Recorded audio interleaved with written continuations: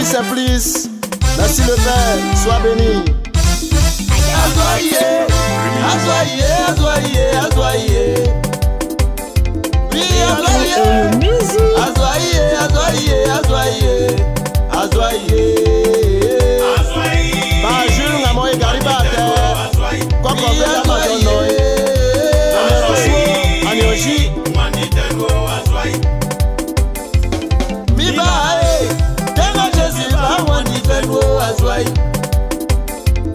Bimamiye, tenga Jésus ba wani tengo azoye. Ema eladie o, tenga Jésus ba wani tengo azoye. Afe fwemuye, tenga Jésus ba wani tengo azoye. Azoye, azoye, azoye, azoye, azoye. Pasteur Kwadjo Prosper et son épouse Kwadjo Aniko. Aïka Mamouye, Jésus ba wani tengo azoye. Amotim Ramou, tenga Jésus ba wani tengo azoye. Yala fwe Mamouye, Jésus ba wani tengo azoye. Tebu mon Dieu, alors on vient pour wani tengo azoye. Nyerene fwe mu, benga bela vie o wani tengo azoye. Azoye, azoye, azoye, azoye, azoye.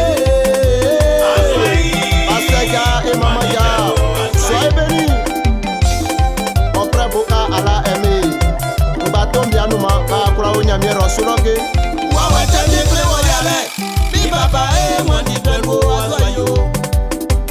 Tupa teni kle woyale, bi nyama e wani tengo azoye. Et wandi ekali Jésus nous. Il sortit et sous kamasa kuo. Et ni ekulumbamu et propre eba. Arabebejo. Konambo Fijuro. Maman Tano Agua Valérie. Soyez bénis aussi. Papa Jacques Coré, le fils de Nania. Sois béni, papa. Et sous kamasa. Béni ekulumbamu et sous kamasa. Et sous kamasa. Bini mikrobamu Yesu kamasa. Jésus tie yo pao. Yesu kamasa. Bini mikrobamu Yesu kamasa. Sukru ngama wabye. Jésus du manu mi mambe kodye. Swanga makremele. Jésus du manu mi wambe kremdiu. Jumanga dimavye. Jésus du manu mi mambe didye. Mariage banga beye. Jésus du manu mi wambe yobye. Sonjanga beye. Jésus du manu mi wambe yobye. Docteur du manga bedisai. Jésus du manu mi wambe yobye. Professeur ngabe kachisa. Jésus du manu mi wambe yobye. Pasteur amwambe yeye. Jésus du manu mi wambe yobye. Tiens, Yesu kamansa. Eni mikrubamu Yesu kamansa o. Elia Yesu kamansa o. Eni mikrubamu Yesu kamansa. Jésus du manu o. Yesu kamansa. Eni mikrubamu. Opa Mathias le Boboé. Ici, Baba Yoaye. Eni mikrubamu Yesu kamansa. Yeah. Nkamao. Jésus du manu o. Yesu kamansa. Inyama alesi kofie. Jésus du manu asuka mansa. Wewe nyamye, nyamye boyiri ngro yiri asieni.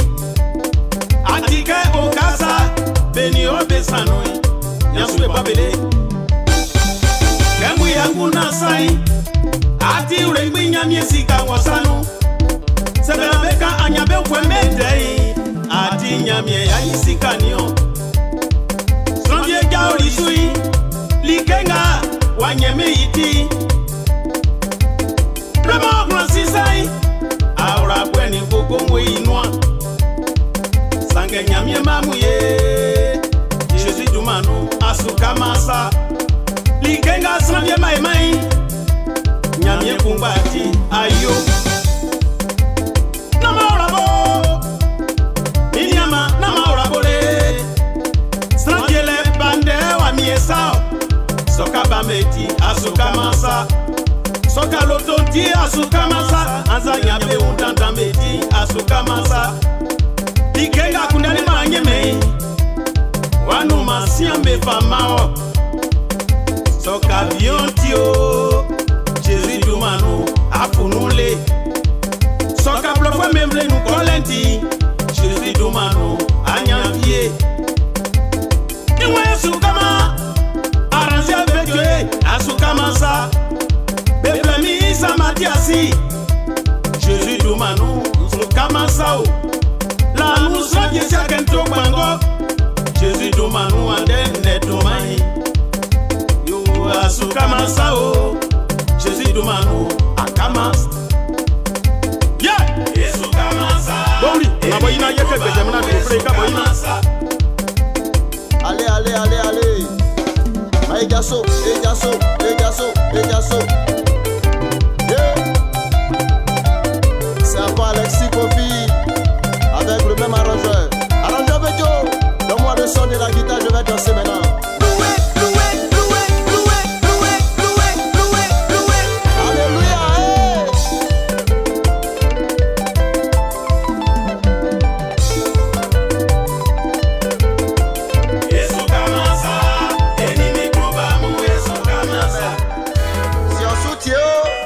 Mien si sambe yo mo ili blind afi blame tieni